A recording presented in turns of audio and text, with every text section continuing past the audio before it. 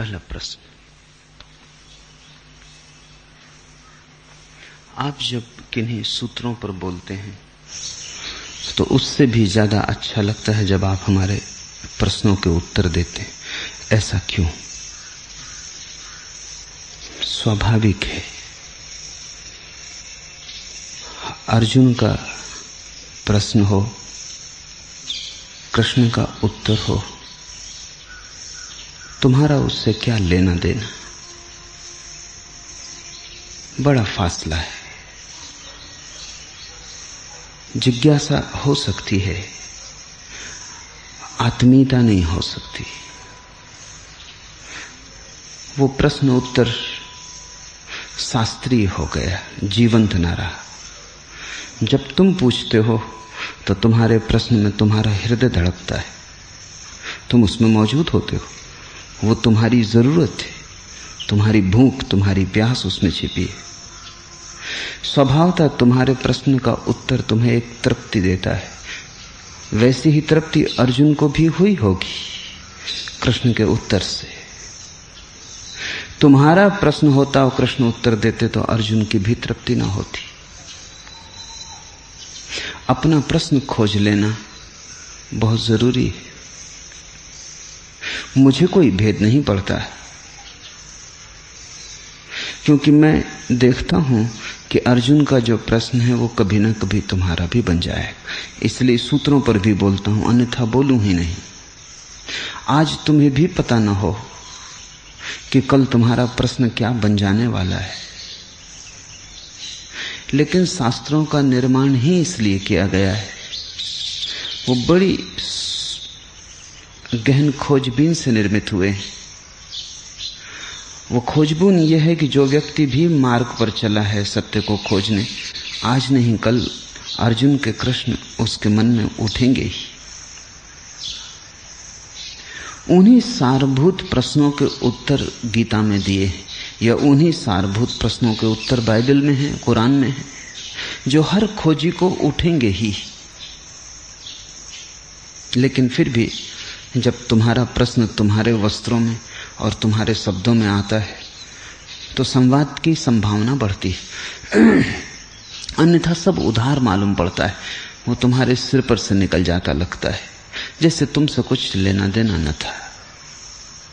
मैंने सुना है एक आदमी बहुत परेशान था, उसका बेटा विवाह करने को राजी नहीं होता था। बहुत समझाया बुझाया, उम्र भी बीतने के करीब होने लगी, बहुत आग्रह किया तो बमुश्किल वो राजी हुआ। लेकिन उसने एक ऐसी लड़की चुन ली पड़ोस में कि बाप राजी न था उस लड़की से, और बेटा जिद पकड़ गया कि अब शादी करूंगा तो इसी से, नहीं तो नहीं करूंगा। आप ही पीछे पड़े थे, शादी करो शादी करो। अब लड़की मैंने चुन ली तो आपको ऐतराज है। ऐतराज क्या है, कारण बताओ।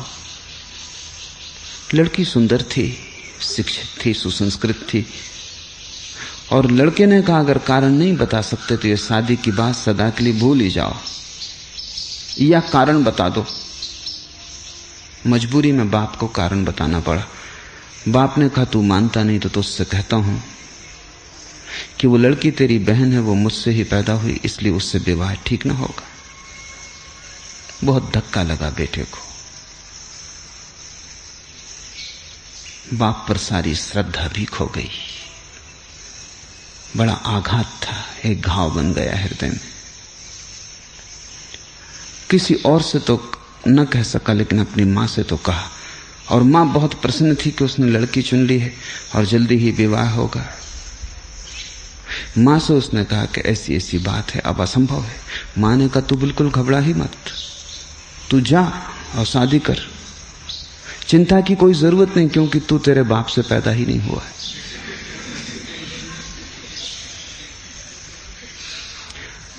न लड़की अपने बाप से पैदा हुई है, न लड़का अपने बाप से पैदा हुआ है। न प्रश्न तुम्हारा है, न उत्तर तुम्हारे हृदय के पास पहुंच पाएगा, सब उधार रह जाएगा। इस प्रश्न और उत्तर का विवाह न हो सकेगा, संवाद न हो सकेगा, मेल न हो सकेगा। इसलिए सवाल ये नहीं है कि प्रश्न मूल्यवान है या नहीं, गहरे में सवाल यही है कि वो तुम्हारा है या नहीं। किसी और ने गहरे से गहरा सवाल पूछा हो, वो तुम्हारे लिए छिछला है, क्योंकि गहराई तो तुम्हारे प्राणों से आती है, किसी के पूछने से नहीं आती। और तुमने छोटा सा सवाल पूछा हो, दुनिया ना समझी का कहे, लेकिन तुम्हारे प्राणों से आया है।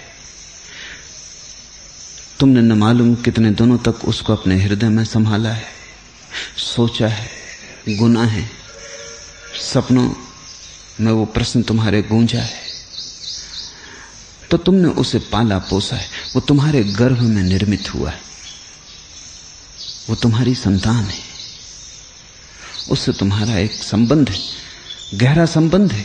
उस प्रश्न के द्वारा तुम ही प्रकट हुए हो।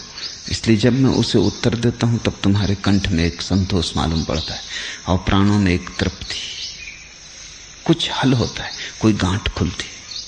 इसलिए दूसरा प्रश्न, जब गुरु शिष्य की मौत ही है तो झटके से क्यों नहीं मार डालते, हलाल क्यों करते? कारण है, एक छोटी कहानी से कहूं। एक आदमी दांत के डॉक्टर के पास गया, उसका दांत निकाला गया, लेकिन उसने इतना शोरगुल मचाया और इतनी हुल्लड़ की कि बाकी मरीज जो आए थे वो सब भाग गए। जब डॉक्टर ने उसको अपना बिल दिया तो वो बिल साधारण से 8 गुना ज्यादा था। उस आदमी ने कहा, क्या मजाक कर रहे हो? कभी सुना है एक दांत के निकालने का इतना पैसा? ये तो 8-10 गुना ज्यादा मालूम पड़ता है। उस डॉक्टर ने कहा कि नहीं, वो जो 8 मरीज भाग गए उनका पैसा कौन देगा? तुम्हें एक झटके से तो मार डालूं, मगर और मरीज भाग जाएंगे।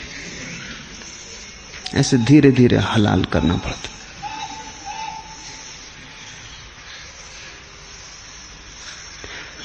और जैसे जैसे तुम तैयार होते हो वैसे वैसे ही मारे जा सकते हो, क्योंकि मृत्यु कोई साधारण घटना नहीं है। गुरु के पास जो मृत्यु घटित होती है वो तो परम घटना है, वो तो परम जीवन का द्वार है। उसकी तुम्हारी तैयारी भी तो होनी चाहिए। वो कोई आत्महत्या थोड़ी है कि जिसने चाहा उसने कर ली। आत्महत्या के लिए कोई गुणधर्म तो नहीं चाहिए। कोई भी कूद पड़े पहाड़ से मर जाएगा, पानी में गिर पड़े डूब जाए, कुएं में गिर जाए मर जाएगा, जहर खा ले। आत्महत्या तो नहीं है। गुरु के पास जो घटना घटती है वो तो परम मृत्यु है। उसको ही तो हमने समाधि कहा है। ये हमारा शब्द समाधि बड़ा बहुमूल्य है। जब सन्यासी मरता है तो उसकी कब्र को भी हम समाधि कहते हैं, और जब कोई व्यक्ति ध्यान को उपलब्ध होता है तब भी उसको हम समाधि कहते हैं। वो भी एक कब्र बन गई। पुराना तो गया, नहीं बचा, नए का जन्म हुआ। रात टूट गई, सुबह हुई। अब सुबह का रात से क्या लेना देना? सुबह का सूरज और सुबह पक्षियों के गीत और आकाश में फैला किरणों का जाल, इससे क्या संबंध है उस अंधेरी रात का जो अभी अभी थी? रात तो मर गई। रात में और दिन में कोई सिलसिला थोड़ी है। रात और दिन किसी एक ही चीज का फैलाव थोड़ी मालूम होते हैं। दोनों के बीच एक अंतराल है। रात रात है, दिन दिन है। जब ध्यान गहरा होगा तो तुम अचानक पाओगे कि तुम्हारा जो कल तक था, तुम्हारा अतीत, वो ऐसे ही चला गया जैसे सुबह रात खो जाती, और एक नए व्यक्तित्व का जन्म हुआ। एक नई आत्मा बिल्कुल कुंवारी और ताजी पैदा हुई, जिससे तुम अपरिचित थे, जिसे तुमने कभी जाना ही न था। ये द्वार भी है तुम्हारे भीतर, ये तुमने कभी खोला ही न था, और इस द्वार के भीतर परमात्मा विराजमान है सिंहासन पर। इसकी तुम्हें कभी बनत भी ना पड़ी थी। तुम तो अपने घर के बाहर बाहर जी लिए थे। तुम तो भीतर कभी आए ही न थे। ये जो भीतर आया है ये बिल्कुल नया है। मृत्यु का यही अर्थ है। गुरु मृत्यु है, इसका अर्थ है कि गुरु के पास तुम्हारा अतीत, तुम्हारा जराजीर्ण, तुम्हारा पुराना मरेगा, अभिनव का, अलौकिक का, अज्ञात का जन्म होगा। ये आत्महत्या होती तो एक क्षण में भी हो जाती, तैयार होना पड़ेगा। ये मृत्यु तुम्हारी तैयारी से आएगी। ये तो तुम्हें अहंकार को छोड़ने की क्षमता आएगी तभी हो सकती है। ये गुरु के हाथ में नहीं है कि वो तुम्हें हलाल कर दे या झटके से मार डाले, धीरे धीरे मारे या जल्दी मार डाले। ये तुम्हारे हाथ में है। अगर तुम राजी हो तो एक क्षण में भी गुरु मार डाल सकता है। गुरु को क्या अड़चन है? तुम्हारी देर से ही देर होती है, लेकिन तुम राजी नहीं हो, इसलिए गुरु तुम्हें लुभाता है, समझाता है, बुझाता है, राजी करता है, हजार बातें समझाता है जिनके बिना समझाए चल जाता। लेकिन तब तुम भाग खड़े होते, तब तुम डर जाते, तब तुम भयभीत हो जाते, क्योंकि तुम तो मृत्यु का अर्थ एक ही जानते हो, मर जाना, मिट जाना। वो दूसरा अर्थ कि मृत्यु के बाद एक पुनरुज्जीवन है, वो तो तुम्हें पता नहीं है। वो गुरु को पता होगा, लेकिन उसका पता होना तुम्हारे काम नहीं आ सकता। तुम तो उसके हाथ में छुरी देख के घबरा जाओगे, तो वो छुरी छिपा के रखता है, फूलों में ढांकता है, शब्दों और सिद्धांतों में रखता है, शास्त्रों में दबा देता है। वो तुम्हें देखने नहीं देता है। वो तुम्हें उसी दिन देखने देगा जिस दिन तुम्हें इस बोध की थोड़ी सी भनक पड़नी शुरू हो जाएगी कि मरे बिना महाजीवन नहीं मिलता, मिटे बिना परमात्मा होने का कोई उपाय नहीं, खोना ही पाना है। जिस दिन तुम राजी हो जाओगे, जिससे सागर में नदी खोने को राजी हो जाती, गिर जाती, तो खोती थोड़ी है, पूरा सागर उसका अपना हो जाता है। लेकिन उसके लिए तो नदी को भी बड़ी लंबी यात्रा करनी पड़ती है। गंगोत्री से लेकर समुद्र तक आते आते गंगा को कितनी यात्रा करनी पड़ती। अगर गंगोत्री पर ही सागर कहता कि सुन, गिर जा मुझ में, गंगा राजी नहीं हो सकती थी। गंगा भी कहती अभी तो हुई भी नहीं, ये तो गर्भपात हो जाएगा। इस सागर से तो गंगा घबराती, लेकिन सागर बड़ा दूर है, उसका पता ही नहीं। गंगा उसी को खोजती हुई अनंत यात्रा करती। उसी गंगा के किनारे तीर्थ बनते चले जाते हैं। हमने क्यों नदियों के किनारे तीर्थ बनाए हैं? कारण है क्योंकि नदियां सागर की तरफ जा रही, खोने की तरफ जा रही, मिटने की तरफ जा रही। तीर्थ तो वही है जहां तुम्हें खोने का बोध मिले, जहां शून्य होने की सामर्थ्य मिले। इसलिए गंगा पर हमने तीर्थ बनाए। वो गंगा जा रही सागर की तरफ, शायद उसे भी पक्का पता ना हो।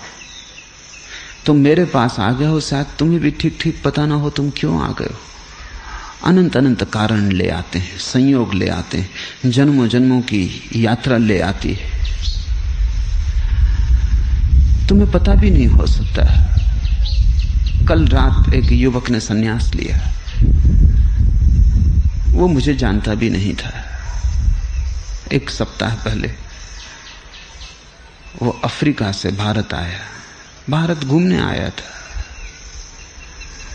मेरा तो उसे सपने में भी कोई ख्याल ना था,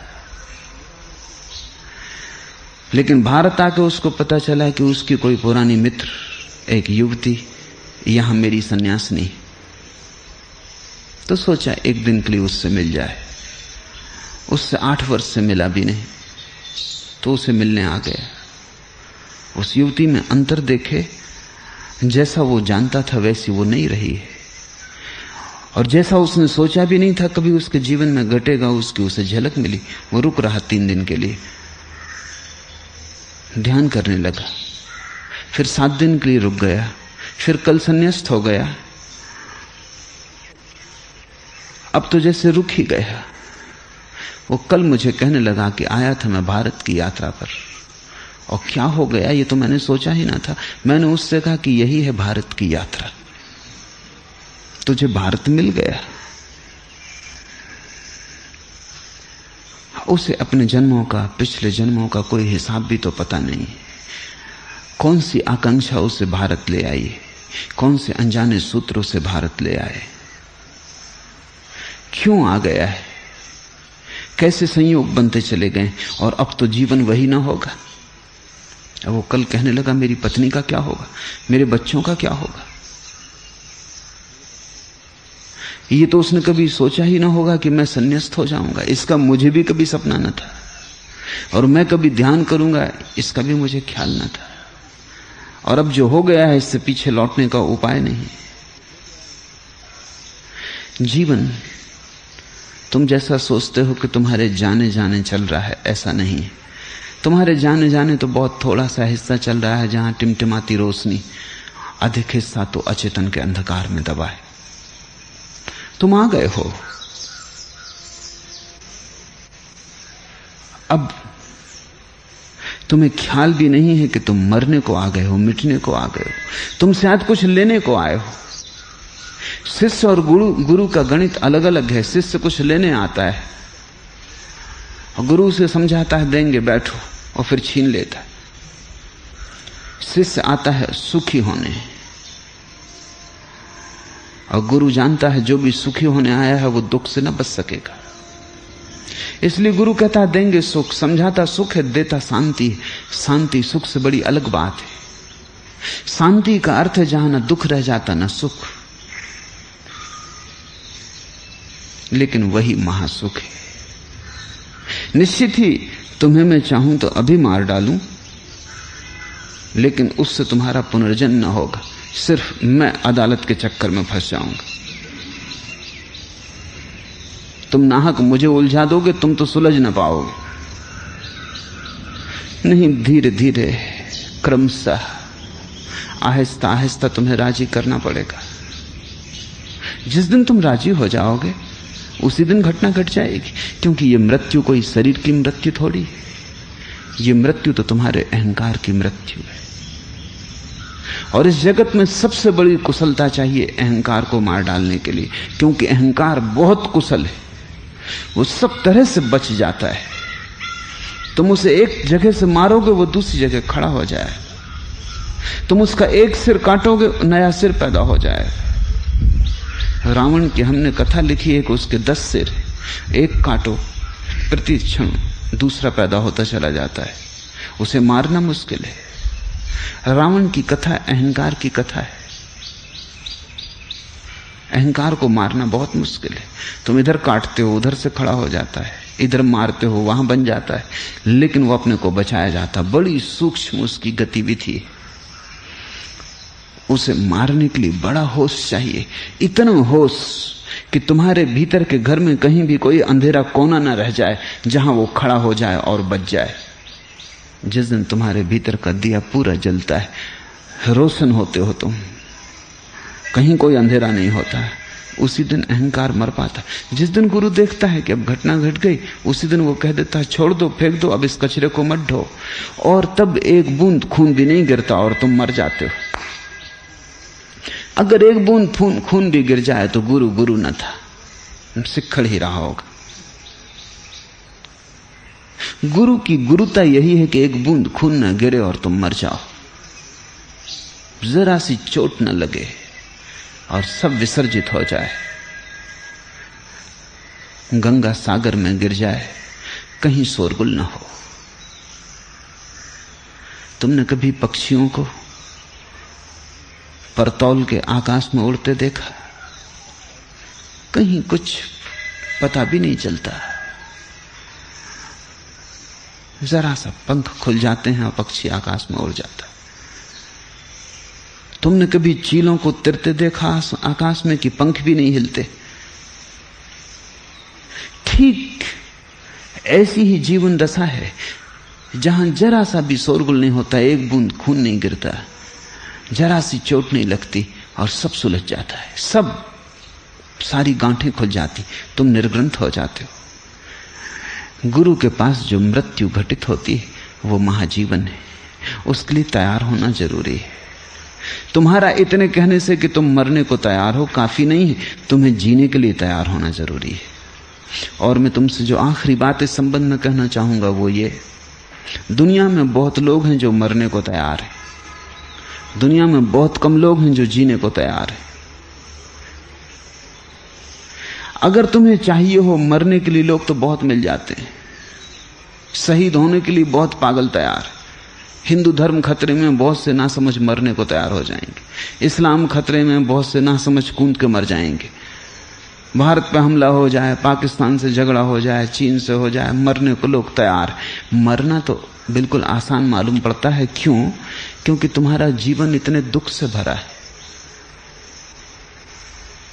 इस दुख में तुम जी ही नहीं पा रहे हो, इसलिए तुम कोई भी बहाना खोज के मरने के लिए तैयार हो जाते। जरा सी बात हो जाती, दिवाला निकल गया। क्या हुआ है दिवाला निकल जाने में? जो रकम के आंकड़े तुम्हारे नाम लिखे थे बैंक में अब नहीं लिखे, जो कागज के टुकड़े तुम्हारी तिजोरी में थे अब नहीं। दिवाला निकल गया, जान खोने को तैयार, कूद पड़े बड़े मकान से, आग लगा ली, पत्नी मर गई, मरने को तैयार। जिसके जीने से कभी कोई रस न पाया था उसके लिए मरने को तैयार। बच्चा मर गया, जिस बच्चे के चेहरे को देखने की तुम्हें कभी फुर्सत न मिली थी उसके लिए मरने को तैयार। ऐसा लगता है तुम बहाने ही खोज रहे हो कि कोई बहाना मिल जाए कि हम मर जाएं। जीना तो बोझ है। नहीं, असली शहीद मैं उन्हें कहता हूं जो जीने की हिम्मत रखते, मरते तो कायर है। चाहे वो शहीदी की का बाना ओढ़ लें, शहीदों के कपड़े ओढ़ लें, इससे कोई फर्क नहीं पड़ता। राष्ट्र, धर्म, हजार तरह के पागलपन हैं जिनके लिए आदमी मर सकता है। जीना असली सवाल है, जीना कठिन है, और जो आदमी जी सकता है वही परमात्मा तक पहुंचता है। इसलिए गुरु को जो हम मृत्यु कहते हैं वो सिर्फ इस अर्थ में कहते हैं कि तुम जैसे हो वैसे मरोगे। तुम मरोगे नहीं, वस्तुतः तो तुम और भी पुनरुज्जीवित हो जाओगे। तुम क्षुद्र की तरह मरोगे, विराट की तरह हो जाओगे। तो गुरु मृत्यु भी है और जन्म भी, अंधकार की मृत्यु और प्रकाश का जन्म। लेकिन अंधकार तभी मिट सकता है जब प्रकाश के जलने की घड़ी करीब आ जाए, और तो अंधकार के मिटाने का कोई उपाय नहीं। तो तुम जल्दी मत करो।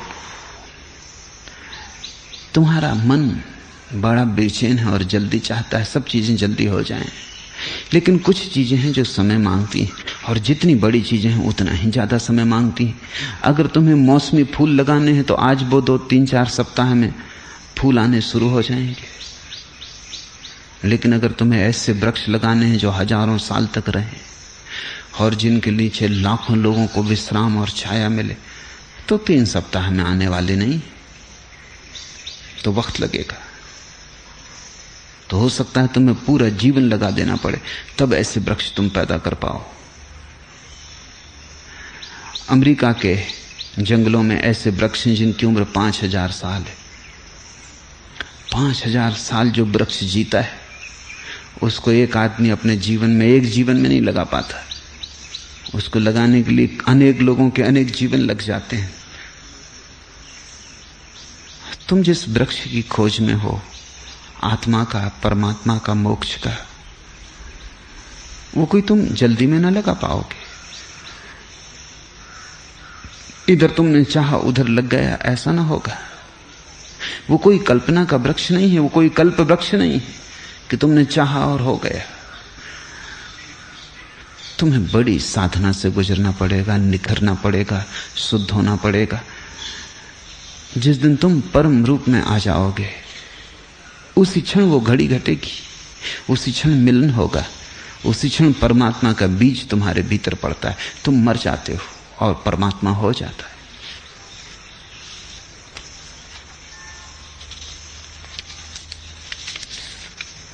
तीसरा प्रश्न, आपने कहा कि शिक्षक देता है ज्ञान और गुरु देता है ध्यान। ध्यान देने का क्या अर्थ है? ज्ञान और ध्यान बड़े संयुक्त हैं। ज्ञान का अर्थ है जानकारी, और जानकारी से भरा हुआ चित्त, और ध्यान का अर्थ है जानकारी से शून्य चित्त।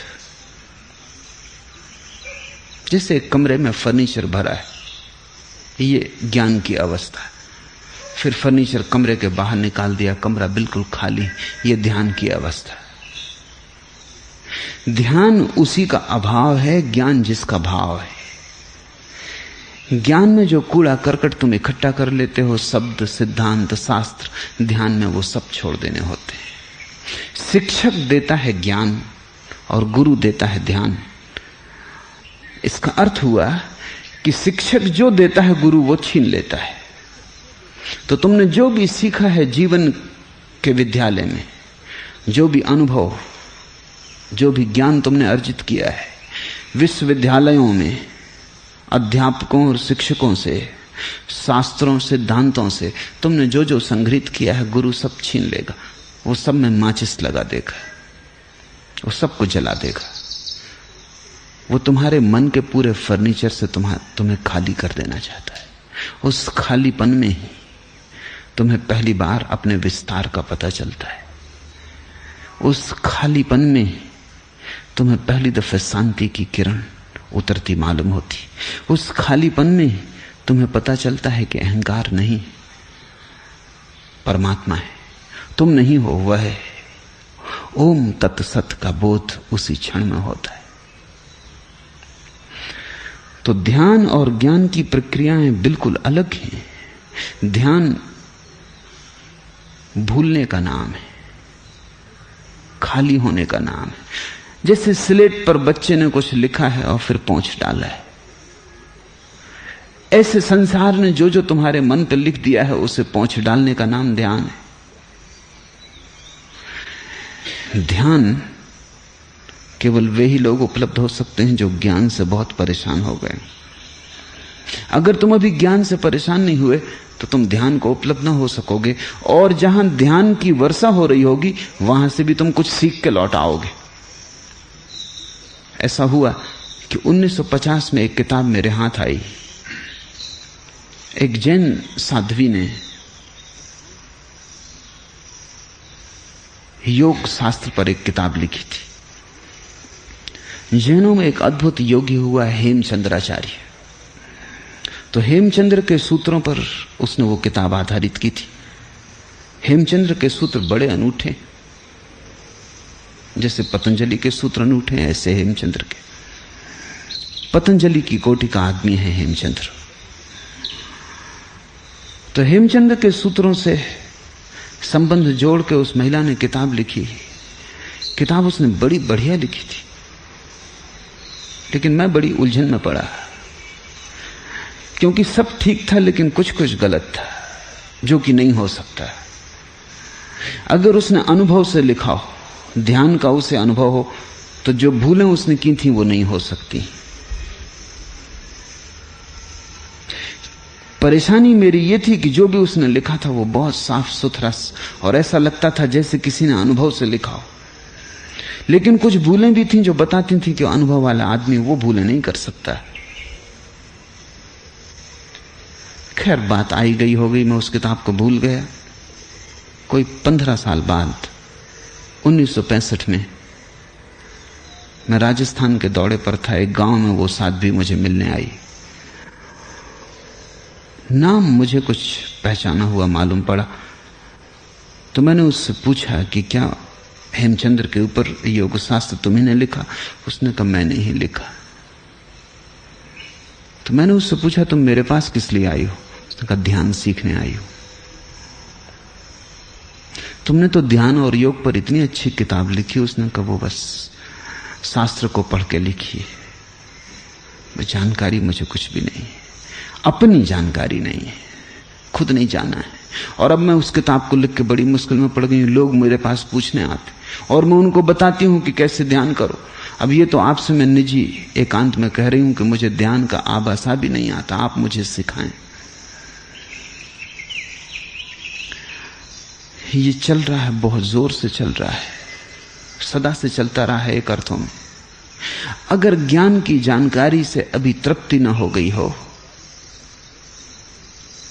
तो जहां ध्यान की वर्षा हो रही है वहां भी तुम ध्यान के संबंध में कुछ सीख के लौट जाओगे। ध्यान न सीख पाओगे, क्योंकि ध्यान के संबंध में जानना ध्यान जानना नहीं है। ध्यान जानना तो एक बड़ी क्रांति है। ध्यान जानने का तो अर्थ है तुम्हारा आमूल रूपांतरण। वो तो एक अनुभव है, महा अनुभव है। उस अनुभव में तो जानकारी बिल्कुल जल जाती। तुम ही बचते हो खालिस, सोना ही बचता है, कूड़ा करकट जल जाता है। गुरु देता है ध्यान, इसका अर्थ है कि गुरु छीन लेता है ज्ञान। और जहां तुम्हें ऐसा गुरु मिल जाए जो तुमसे ज्ञान छीनता हो, वहां हिम्मत करके रुक जाना, क्योंकि वहां से भागने का मन होगा। क्योंकि यहां हम तो कुछ लेने आए थे, उल्टा और गंवाने लगे। आदमी लेने के लिए घूम रहा है, कहीं से भी कुछ मिल जाए तो थोड़ा और अपनी संपत्ति बढ़ा ले, अपनी तिजोरी में थोड़ी जानकारी और रख ले, थोड़ा और पंडित हो जाए। एक जर्मन खोजी रमन के पास आया और उसने कहा कि मैं आपके चरणों में आया हूं कुछ सीखने, आप मुझे सिखाएं। रमन ने कहा तुम गलत जगह आ गए। अगर सीखना है तो कहीं और जाओ, अगर भूलना है तो हम राजी। रमन के वचन है, if you have come to learn then you have come to the wrong person.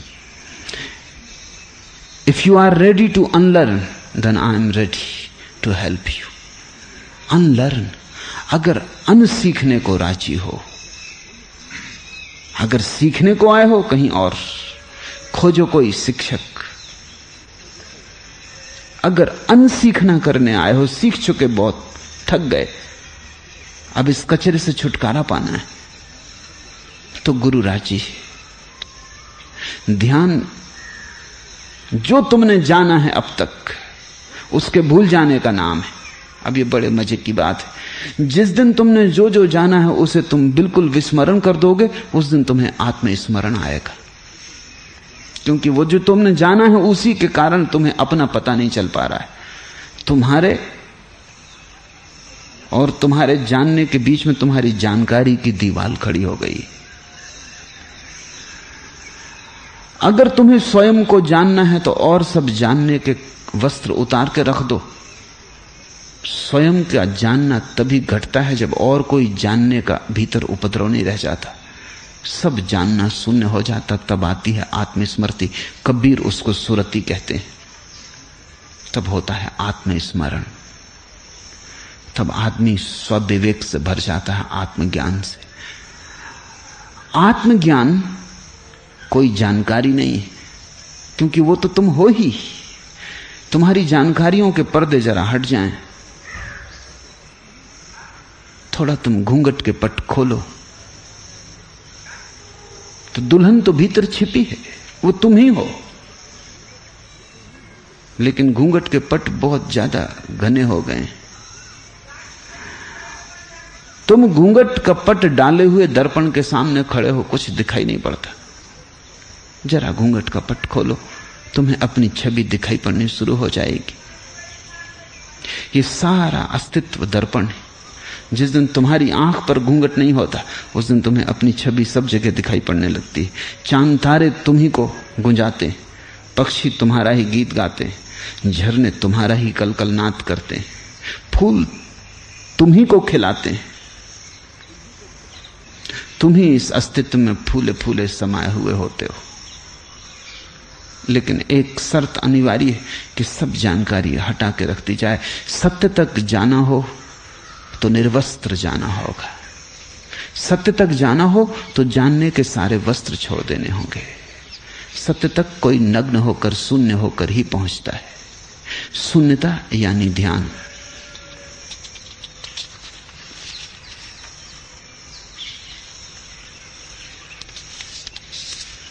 चौथा प्रश्न, आपने कहा कि गुरु सिखाता नहीं मिटाता है, लेकिन आप तो प्रतिदिन बोल बोल कर हमें सिखाते ही चले जाते हैं। आपके सतत बोलने में मिटाने की कौन सी प्रक्रिया छिपी?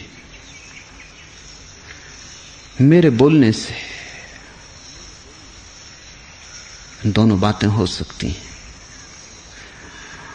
अगर तुम कुछ सीखने आए हो, तुम सीख के लौट जाओगे। अगर तुम कुछ भूलने आए हो, तुम भूल के रुक जाओगे। मेरे बोलने से तुम्हारे ऊपर निर्भर है कि क्या तुम करोगे। जो पंडित ढंग के लोग हैं वो भी यहां मौजूद हैं। वो मेरी बातों को कंठस्थ कर लेंगे, वो तोते हो जाएंगे, वो तोते होकर लौट जाएंगे। वो जाके जो उन्होंने सीख लिया दूसरों को सिखाने लगेंगे। वो चूक गए, वो मेरे पास आए ही नहीं। जो वो लेके गए ये तो कहीं और भी ले सकते थे। वो पानी इस कुएं का पानी ही न था, वो प्यासे ही लौट गए, या कुएं की तस्वीर लेके लौट गए, या कुएं पर जो पीने वालों की भीड़ थी उनकी बातचीत सुन के लौट गए, या कुएं से जो तृप्त हो गए थे उनकी तृप्ति की बात सुन के इकट्ठा करके लौट गए। लेकिन उन्होंने खुद कुएं का पानी नहीं पिया, पानी के संबंध में जान के लौट गए। पंडित हो जाएंगे, लेकिन जो भूलने आए हैं, मेरा रोज का सुनना उनके ज्ञान को काटता चला जाएगा। मैं बोलता हूं तुम्हें सिखाने को नहीं, तुम्हें बुलाने को ही। और अगर तुम मुझे गौर से सुनोगे तो जल्दी ही तुम पाओगे सब मैंने काट डाला। इसलिए तो तुम्हें इतने विरोधाभास मुझ में दिखाई पड़ते हैं, क्योंकि आज मैं कुछ कहूंगा, कल मैंने कुछ कहा था, परसों कुछ और कहूंगा। अगर तुम मुझे सुनते ही रहे तो मैं इतना विरोधाभासी हूं, इतना कंट्राडिक्टरी हूं कि तुम कुछ भी ना पकड़ पाओगे, तुम्हारे हाथ से सब छूट जाएगा। अगर तुम्हें मुझे पकड़ना है तो तुम्हारे हाथ से सब छूट जाएगा। अगर मुझे तुम्हें कुछ सिखाना होता तो मैं विरोधाभासी नहीं हो सकता था, फिर तो मुझे संगत होना चाहिए, ताकि मैं रोज रोज तुम्हें सिखाता जाऊं और रोज रोज मकान बनता जाए ज्ञान का तुम्हारे भीतर। मेरा काम ऐसा है कि आज मैं एक ईंट रखता हूं, कल खींच लेता हूं, मकान में कभी बनने न दूंगा। तुम अगर मुझे सुनते ही रहोगे तो, और तुमसे कोई किसी दिन पूछेगा कि मैंने क्या सिखाया, तो तुम मौन खड़े रह जाओगे। तुम कहोगे कहना मुश्किल है, क्योंकि मैंने जो भी सिखाया जल्दी ही उसे मिटा भी दिया। मैंने लकीर खींची और मिटाई।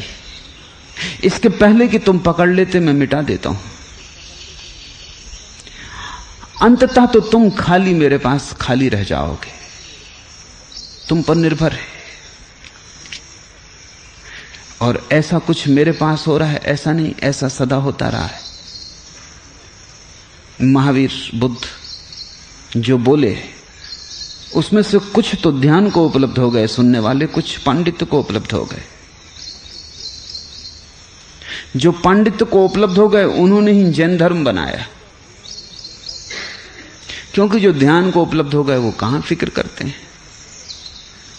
जिसने रस पी लिया, मगन हो गया,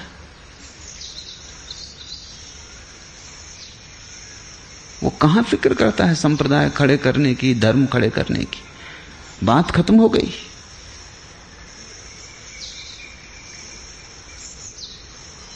कबीर ने कहा, मन जब मगन भया तब क्यों बोले। फिक्र ही छोड़ दी उन्होंने। लेकिन जो पंडित थे उन्होंने शब्द शब्द संग्रहित कर लिया। अभी बड़े मजे की बात है कि महावीर के जो 11 गणधर हैं वो 11 ही ब्राह्मण पंडित। खुद महावीर क्षत्रिय है। खुद महावीर की सारी चिंतना और देशना वेदों के विपरीत है। लेकिन महावीर के जो 11 जिन्होंने महावीर के धर्म को स्थापित किया, जैन धर्म का निर्माण किया, वो 11 ही ब्राह्मण पंडित हैं। ये बड़े आश्चर्य की बात है। बुद्ध क्षत्रिय हैं, लेकिन जिन्होंने बुद्ध धर्म बनाया वो सब ब्राह्मण पंडित हैं। तुम जरा गौर करो, कृष्ण क्षत्रिय हैं, राम क्षत्रिय हैं, लेकिन राम और कृष्ण का धर्म जिन्होंने खड़ा किया वो सब ब्राह्मण पंडित हैं। पंडित शब्दों को संग्रहित करता है, उन पर भवन निर्मित करता है। ज्ञानी से तो धर्म का जन्म होता है, पंडित संप्रदाय बनाता है। तुम में से भी कुछ मेरी बातों को सुन के संग्रह इकट्ठा करेंगे। हालांकि मैं सब तरह की अड़चन पैदा कर रहा हूं कि वो तुम कर ना पाओगे, और तुम करोगे तो लोग तुम्हें मुश्किल में डालेंगे, क्योंकि मैं इतनी विरोधी बातें कह रहा हूं कि कोई पंडित समर्थ नहीं हो सकता समझाने में कि इन विरोधी बातों में क्या संबंध है। महावीर की बातों में विरोध नहीं है। महावीर की वाणी एक संगति से भरी, पंडित उसे समझा सकता है। बुद्ध की वाणी में विरोध नहीं है, उसमें एक संगति है। जान के मेरी वाणी में मैंने संगति नहीं रखी, क्योंकि उसी से संप्रदाय पैदा होता है। तो मेरे पास से जो पंडित है वो भला पंडित होकर लौट जाए, खुद को ही नुकसान पहुंचा सकता है, किसी और को नहीं। तुम पर निर्भर है। मैं रोज इसीलिए बोल रहा हूं कि मैं तुम्हारे मन को खाली कर दूं। मेरा बोलना तुम्हें कुछ देने को नहीं, मेरा बोलना ऐसे ही जैसे रोज सुबह हम घर में बोहारी लगाते सफाई के लिए। तुम 24 घंटे में इकट्ठा कर लेते हो, रोज सुबह मैं फिर बोहारी लगाता हूं, थोड़ी सफाई हो जाए।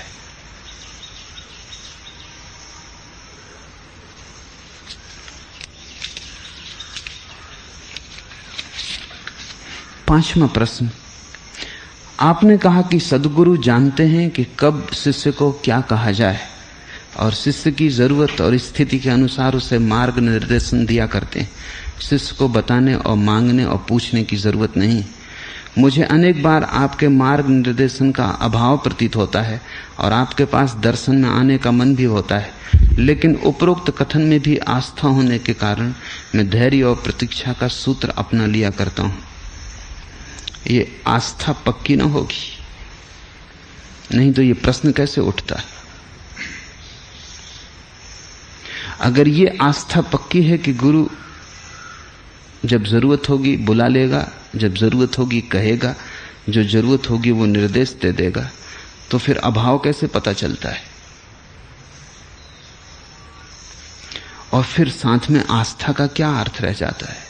ये आस्था बड़ी नपुंसक है, ये झूठी है। कुछ कारण और होगा ना आने का, अहंकार कारण होगा कि कैसे जाएं पूछने। मैं और जाऊं पूछने कि मार्ग निर्देशन चाहिए, कठिनाई होती। पूछने में पता चलता है कि तुम्हें पता नहीं है, तो आदमी पूछने से बचना चाहता है, उस कारण रुक रहे होगे। लेकिन अगर आस्था पक्की है, और आस्था कच्ची होती नहीं, आस्था का मतलब ही पक्का होना होता। कच्ची आस्था का क्या मतलब, कोई मतलब ही नहीं होता कच्ची आस्था का। आस्था यानी आस्था। फिर ये सवाल कैसे उठेगा, फिर प्रतीक्षा करने में और धैर्य रखने में कठिनाई क्या आएगी।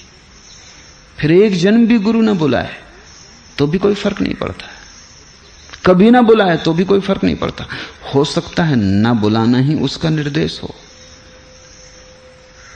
हो सकता है धैर्य रखो, अनंत धैर्य रखो, यही उसकी व्यवस्था हो तुम्हारे लिए।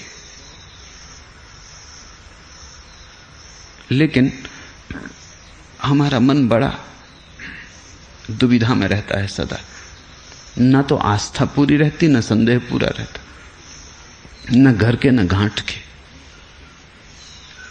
मन की अवस्था बिल्कुल धोबी के गधे की है, न घर का न घाट का। संदेह भी होता है, वो भी पूरा नहीं है, नहीं तो पूछने आ जाओ, फिर रुको मत। आस्था है वो भी अधूरी लंगड़ी है,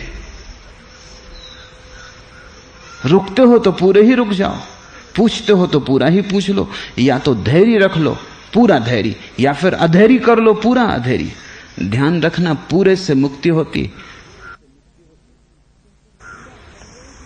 पूरा संदेह भी बेहतर है अधूरी श्रद्धा से, पूरी नास्तिकता बेहतर है आधी आस्तिकता से। पूरा तनाव, पूरी अशांति बेहतर है आधी शांति और विश्राम से, क्योंकि पूरे से क्रांति घटित होती है। जहां पूरा हो जाता है वहां से पार जाना ही पड़ेगा, वहां से ऊपर उठना ही पड़ेगा। पूरे का अर्थ ही यह होता है कि अब इसमें और कोई गति के लिए सुविधा न रही, अब कुछ करना ही पड़ेगा। आखिरी पड़ाव आ गया। आधे आधे लोग मरते हैं, व्यर्थ ही मरते हैं और व्यर्थ ही जीते हैं। एक में से कुछ तय कर लो, अपने मन की ठीक जांच करो। अगर ऐसा लगता हो कि धैर्य करना मुश्किल है तो पूछने चले आओ। अगर ऐसा लगता हो कि धैर्य संभव है, आस्थापूर्ण है, तो फिर यह प्रश्न भी मत पूछो। इसलिए मैंने सूचना दी है कि हर व्यक्ति अपने प्रश्न में अपना नाम भी लिखे। कुछ लोग प्रश्न में नाम नहीं लिखते, उसमें भी अहंकार को बचाने की कोशिश करते कि मुझे यह पता न चल जाए कि प्रश्न किसका है।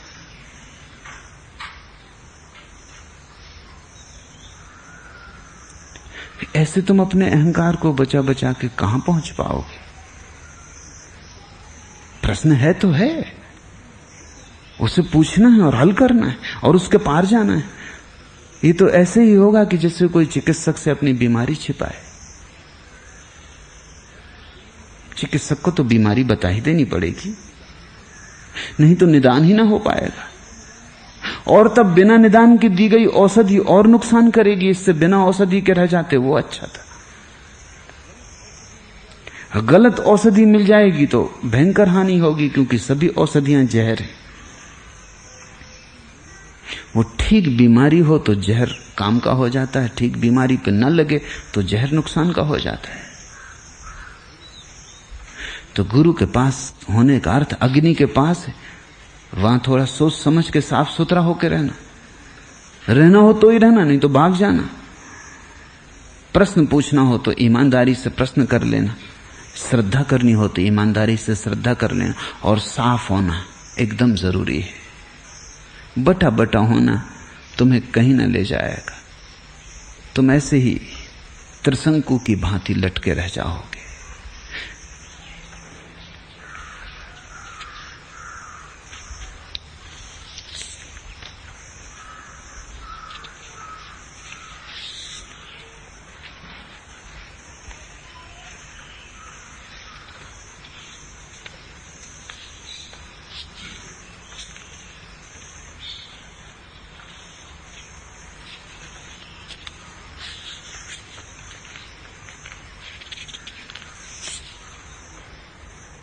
छठवां प्रश्न, आशा से आकाश टंगा है, क्या आशा छोड़ देने से आकाश गिर न जाएगा? आकाश न गिरेगा, आशा ही गिरेगी। कोई आकाश आशा से टंगा भी नहीं। लेकिन आदमी इसी तरह सोचता है जैसे तुमने उस छिपकली के संबंध में सुना हो कि छिपकलियों में कहीं कोई विवाह था और एक महल की छिपकली को भी निमंत्रण मिला। निश्चित ही सबसे पहले मिला, क्योंकि वो महल में रहती थी। उसने कहा मैं आ ना सकूंगी, क्योंकि अगर मैं आ गई तो छप्पर गिर जाएगा महल का, मैं ही तो संभाले रहती हूं। छिपकली सोचती है कि महल के छप्पर को संभाले हुए अगर चली गई महल गिर जाएगा। तुमने उस बूढ़ी की कहानी सुनी जो सोचती थी कि उसका मुर्गा बांग देता है इसलिए सुबह सूरज उगता है? लेकिन गांव के लोग हंसते थे। उसका तर्क भी ठीक था, क्योंकि ऐसा कभी ना हुआ था। जब भी मुर्गा बांग देता तभी सूरज उगता था। गांव के लोग हंसते थे कि बूढ़ी तू पागल हो गई। एक दिन वो नाराज होकर अपने मुर्गे को लेकर दूसरे गांव चली गई और उसने कहा कि अब रोओगे, अब भटकोगे, अब खोजोगे मुझे और तड़फोगे, पछताओगे कि क्या गंवा दिया, अब कभी सूरज न उगेगा, मुर्गा मैं लिए जा रही। और दूसरे गांव में जब मुर्गे ने बांग दी तो वहां सूरज निकला। उसने कहा अब रो रहे होंगे ना समझ, सूरज यहां निकला जहां मुर्गा है वहां सूरज। आशा से कुछ भी नहीं टंगा है, आशा ही तुम्हें भटका रही है। फांसी लगी है आशा से ही, इसे थोड़ा समझो। आशा के कारण ही तुम जीवन में कुछ भी नहीं सीख पाते। एक आदमी 10,000 रुपए कमा लेता है। सोचता था पहले कि 10,000 हो जाएंगे, सब ठीक हो जाएगा, फिर 10,000 हो गए, कुछ ठीक नहीं हुआ। आशा कहती है कि 10 लाख हो जाएं तो सब ठीक हो जाए। वो बिल्कुल भूल ही जाता है कि यही आशा पहले कहती थी 10,000 हो जाएं तो सब ठीक हो जाएगा। इसकी पहले मान के चले कुछ ठीक ना हुआ, अब भी ये आशा कहती 10 लाख हो जाएं तो सब ठीक हो जाए, फिर 10 लाख भी हो जाते, फिर भी कुछ ठीक नहीं होता, बल्कि जो ठीक था वो भी गड़बड़ हो जाता है। आशा अब भी कहती है कि 10 लाख में क्या होगा, ये भी कोई संपत्ति, 10 करोड़। ऐसे आशा से आकाश टंगा है। आकाश क्या है? ये भ्रांति, भ्रम, मृग मरीचिका, सपने टंगे। आदमी दौड़ता चला जाता है। आशा अनुभव को पराजित कर देती है और तुम्हें कुछ सीखने नहीं देती। एक स्त्री से तुम्हारा प्रेम होता है या एक पुरुष से प्रेम होता है, बड़ी आशा से, उमंग से भरे बैंड बाजे बजा के शुरुआत करते हो, बड़े फूल बिछा के, बड़े सुगंध छिड़क के यात्रा शुरू होती, जल्दी ही सब दुर्गंध हो जाता है, जल्दी ही सब कलह हो जाती है, विषाद हो जाता, दुख हो जाता है। आशा फिर भी छोड़ती नहीं पीछा। वो कहती ये स्त्री गलत, ये पुरुष गलत, दूसरी स्त्री, अगर पड़ोस की स्त्री मिल जाती तो सब ठीक हो जाता, मैंने चुनाव में भूल की। तो पश्चिम में उन्होंने चुनाव की सुविधा बना ली है। ऐसे लोग हैं जिन्होंने 10 बार जीवन में तलाक दिए और अभी भी आशा कर रहे हैं कि 11वीं पत्नी से सब ठीक हो जाएगा या 11वें पति से सब ठीक हो जाएगा। अनुभव पर जीत हो जाती है आशा की। आशा के कारण ही अनुभव से तुम कुछ निचोड़ नहीं पाते सार, तुम्हारा जीवन नहीं बदल पाता, फिर तुम वही भूल करते हो, फिर वही भूल करते हो। और आशा कहे चली जाती है कि इस बार हो गई, कोई बात नहीं, अगली बार सब ठीक हो जाने वाला है। आशा भटकाती है, संभाले नहीं है। अगर तुम्हारे जीवन में से आशा हट जाए, मैं ये नहीं कह रहा हूं कि तुम निराश हो जाओ, इसे थोड़ा समझ लेना, क्योंकि निराशा भी आशा का ही निषेधात्मक रूप है।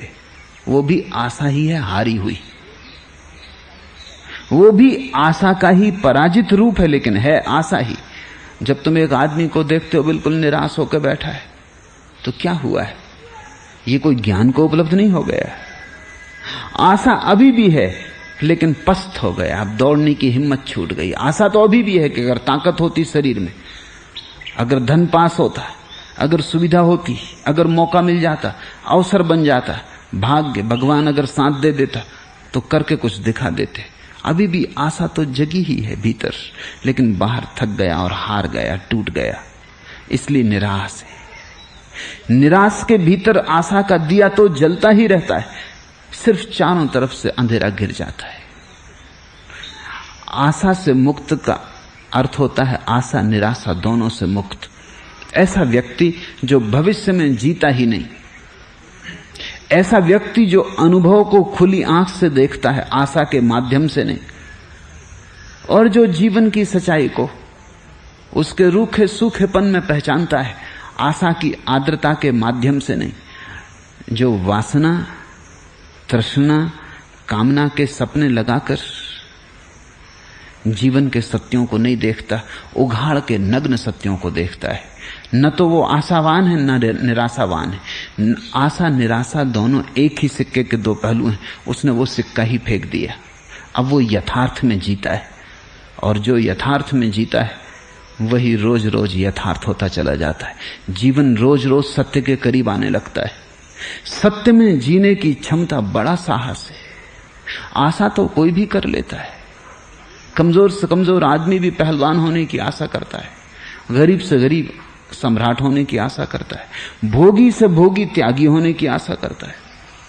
आशा में तो कोई अड़चन ही नहीं है, आशा तो कोई भी कर सकता, आशा तो मुफ्त मिलती।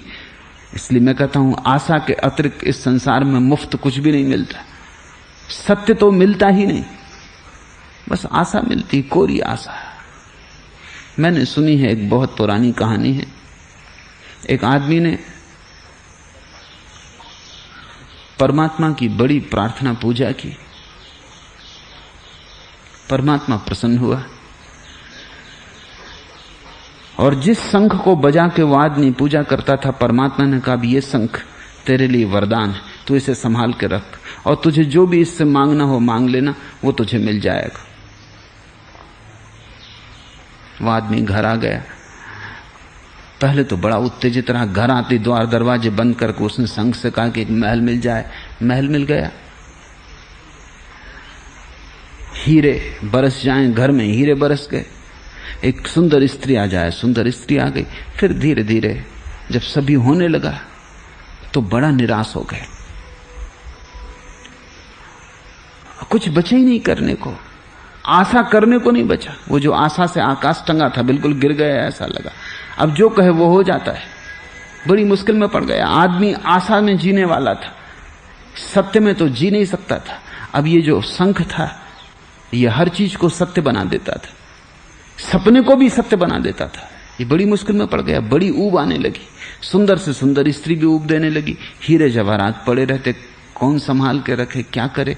महल बड़ा था, सब कुछ था जो चाहता सब उसी वक्त हो जाता। एक दिन एक सन्यासी घर में मेहमान हुआ। रात उस सन्यासी ने कहा कि मेरे पास एक शंख है, ये शंख बड़ा अद्भुत है, इससे तुम मांगो 10,000। ये फौरन कहता 10,000 क्या करोगे, 20,000 ले लो, ये बड़ा अद्भुत शंख है। वो आदमी बड़ा उत्सुक हुआ इस शंख में, क्योंकि उसकी तो आशा मर गई थी। वो जो शंख उसके पास था यथार्थ का, वो हर चीज को सत्य बना देता था, उसकी आशा मर गई थी। उसने कहा शंख एक मेरे पास भी जिससे मैं बड़ा ऊब गया हूं, ऐसा करो हम बदल लें। शंख बदल लिए गए। वो सन्यासी आया ही शंख बदलने था। सन्यासी आते ही इसलिए ग्रस्त के घर शंख बदलने, नहीं तो किस लिए आएगा। सन्यासी को हिमालय पे रहना है, उसको घर आने की ग्रस्त की क्या जरूरत। शंख बदलने आता है। कुछ है ग्रस्त के पास जो उसके पास नहीं है।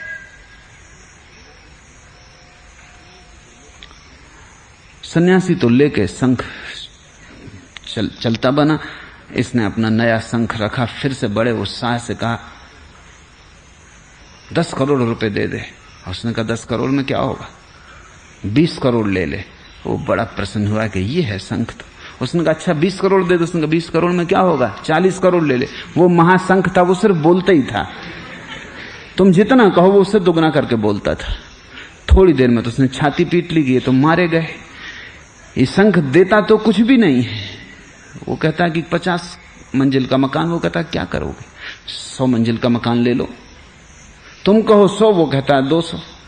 वो शंख आशा का शंख था, कामना का, तृष्णा का। तृष्णा दुष्पूर है, वो कभी भरती नहीं। तुम जो मांगो उससे दुगना सपना दिखाती है। वो कहता है 1 स्वर्ग, 2 स्वर्ग ले लो। 1 परमात्मा चाहिए, हम 2 दिए देते। मगर देना लेना कुछ भी नहीं, सिर्फ कोरी बातचीत थी। छाती पीटती, लेकिन अब देर हो चुकी थी।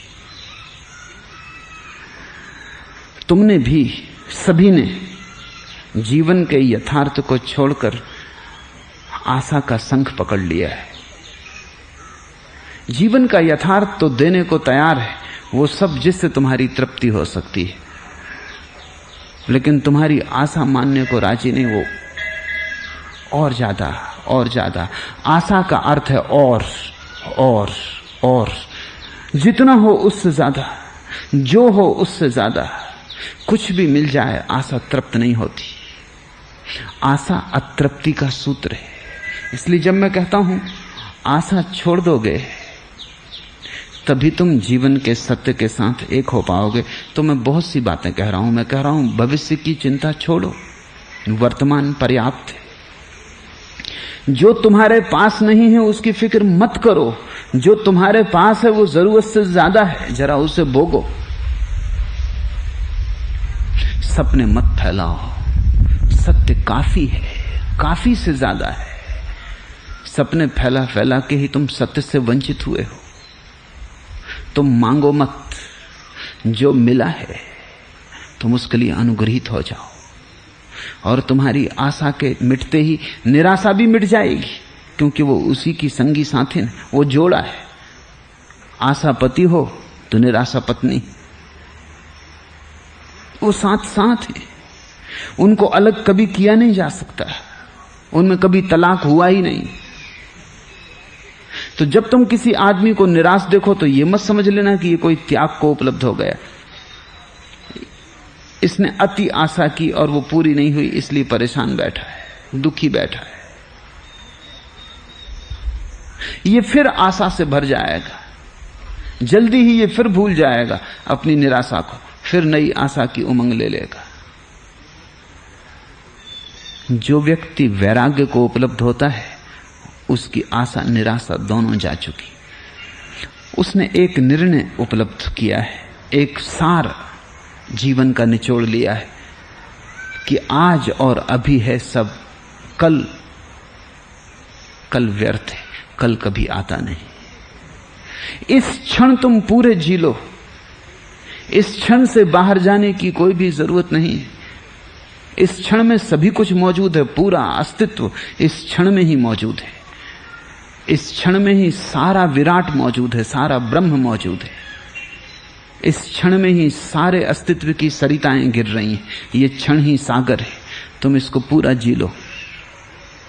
इस जीने से ही तुम्हारा दूसरा क्षण भी निकलेगा, इस जीने के ऊपर ही उभरेगा।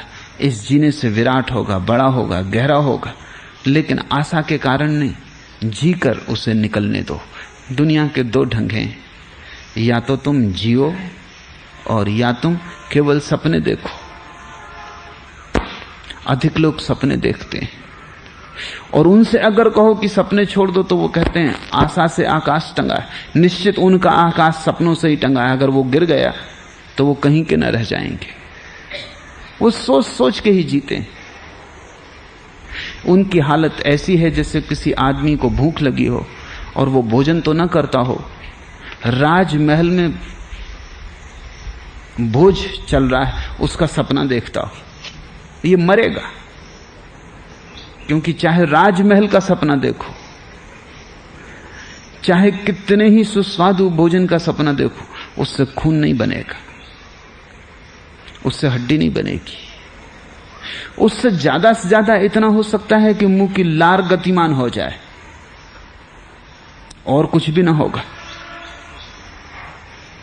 लार के गतिमान होने से कोई पेट नहीं भरता और भूख बढ़ती।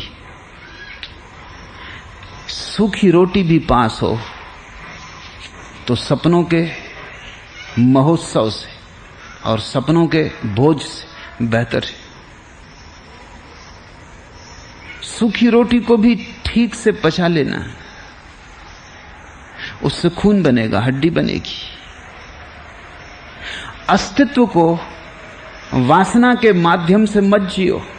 इसे ही मैं सन्यास कहता हूं। नहीं कहता कि भाग जाओ संसार छोड़कर, संसार को पूरी तरह जियो, ध्यान के माध्यम से जियो, वासना के माध्यम से मत जियो। वासना का माध्यम आशा के द्वारा चलता है और ध्यान का माध्यम जो है बस उसको ही पर्याप्त मानता है। ध्यान संतोष है, संतुष्टि है, आशा असंतोष है, अधैर्य है।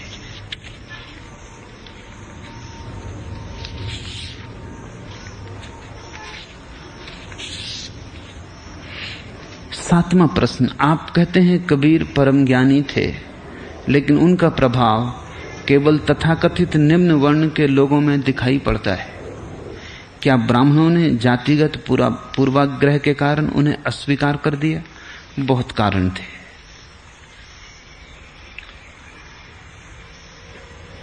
एक तो कबीर की जाति पाति का कुछ पता नहीं, शायद मुसलमान घर में पैदा हुए थे और हिंदू घर में पले, तो न तो मुसलमान पूरी तरह आश्वस्त थे न हिंदू, दोनों संदिग्ध थे। और ऐसे ये बड़ा प्रतीकात्मक है, कोई भी संत न तो हिंदू होता न मुसलमान, हो नहीं सकता। संत और हिंदू और मुसलमान बात ही बचकानी लगती, पर कबीर के जीवन का तो वो बिल्कुल यथार्थ था। अनचाही संतान थे, शायद अविवाहित व्यक्तियों की संतान थे, नाजायज थे। माँ बाप तालाब के किनारे छोड़कर चले गए थे। सुबह के अंधेरे में एक हिंदू सन्यासी रामानंद सुबह स्नान करने सरोवर पर गए थे। उनके पैर की चोट बच्चे को लग गई। वो बच्चा रोने लगा। उन्होंने उसे उठा लिया, वो उसे घर ले आए। रामानंद ने ही बड़ा किया। तो पले तो हिंदू घर में, शायद जन्मे थे मुसलमान घर में, ऐसी लोकोक्ति है। तो हिंदू मुसलमान समझते थे, मुसलमान हिंदू समझते थे। स्वभावतः स्वीकार करने के लिए कोई भी समाज राजी न था। दूसरी बात, अत्यंत दीन दरिद्र थे। अगर बुद्ध भी भिखारी के घर पैदा हुए होते तो यही गति हुई होती। अगर महावीर भी भिखारी के घर पैदा हुए होते तो यही गति हुई होती। जैनों के 24 ही तीर्थंकर राजपुत्र हैं। हिंदुओं के सब अवतार राजा हैं, बुद्ध राजपुत्र हैं। भारत ने जितने धर्म पैदा किए उनके सब अवतारी पुरुष राज वंशों से आए। इसके पीछे कुछ कारण होना चाहिए। तुम्हारी धन के प्रति पूजा इतनी गहरी है कि तुम त्यागी को भी तभी पूछते हो जब तुम्हें पक्का पता चल जाए त्याग कितने का किया। त्याग के नापने का भी एक ही ढंग है तुम्हारे पास कि छोड़ा कितना। तुम भोगी को भी नापते हो कि इसके पास 10 करोड़ रुपए, तुम त्यागी को भी नापते हो इसने 10 करोड़ छोड़े। तुम्हारा तराजू एक है। अगर त्यागी ने कुछ भी नहीं छोड़ा तो तुम कहोगे छोड़ा क्या। कबीर तो गरीब है, छोड़ने को कुछ भी नहीं। इसलिए जो लोग धन को छोड़ने को त्याग समझते हैं उनको कबीर में कोई त्याग ना दिखाई पड़ा होगा। त्याग करने को कुछ है ही नहीं। तो ये परम सन्यासी हमारी आंखों से ओझल हो गया। मैं तुमसे कहता हूं कि बहुत और भी लोग बुद्ध की हैसियत के हुए हैं, बहुत और भी लोग महावीर की हैसियत के हुए हैं, लेकिन उनको कोई स्वीकार न कर पाया। क्योंकि लोगों ने कहा था ही क्या, नंगा नहाएगा निचोड़ेगा क्या, तो तुम पे कुछ था ही नहीं और त्याग कर दिया। त्याग में मतलब ही क्या है।